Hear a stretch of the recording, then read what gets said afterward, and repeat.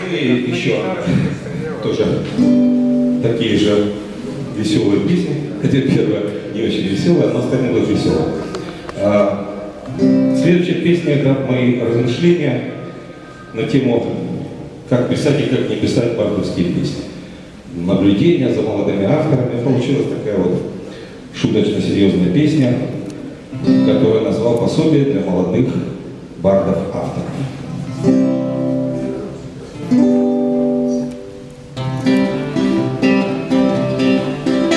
Если очень хочешь песню сочинить, если хочешь бардом автором стать, лучше сразу бросить пить и курить. Ведь играться будет только мешать. Спиртовое вдохновение все фигня, что вино греет душу твою. Вот возьми меня, не пью уже полдня, и уверенно сижу здесь и пою о том, что Пушкину, сыну Сукину, и Хемингуэю с Ритой, не сметь за туманом Купина, не сыграть Гречного Никитина, но не думай, что ты Богом избранный, что писать, как они, ты вправе, не получится, как у Визбора, не говоря уже об Акуджаве. Зятя вспомнит мне взор, устремляя, ты настройся на лирический лад, и присутствие духа не теряя, размести поудобнее свой зад.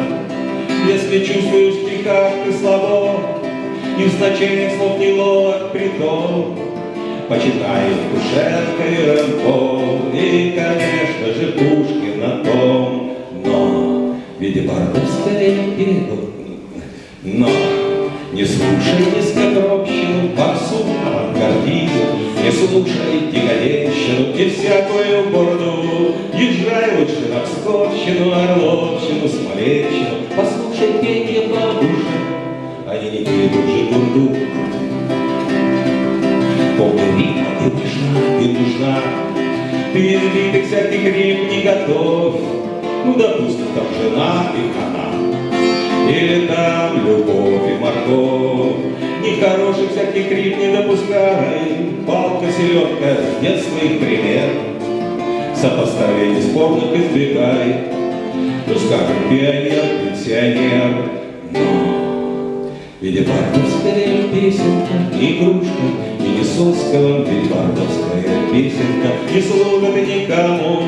Не подражайте Дольскому, Егорову, Высоцкому и даже Александру Есеничу Городницкому. Позаимствуй пыли, в чем одежь, разум взят и смело выдал за свою. После перед зеркалом споешь и подумаешь, ну я придаю.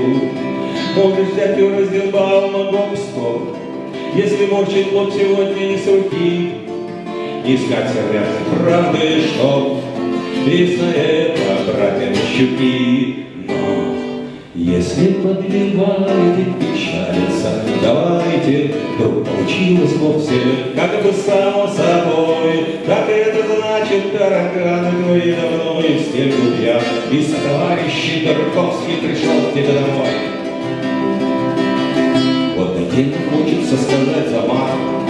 Есть такие, матерятся по судьбе, половину фраз хотят закончить мать, запятые заменить слово «б». Если мать распирает, то держись, 5 минут тихо посиди, поразмысливай, чисто матерись, и чистой совестью на сцену выходи. Но, видя бардовская песенка, не вопли и не жалобы, видя бардовская песенка не служит никому.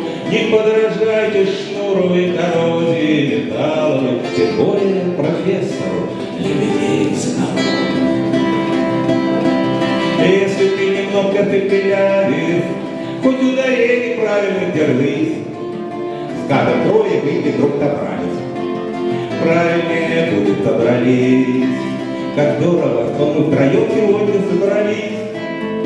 Но бывает на душе так сурово, сочиняешь от серости дней.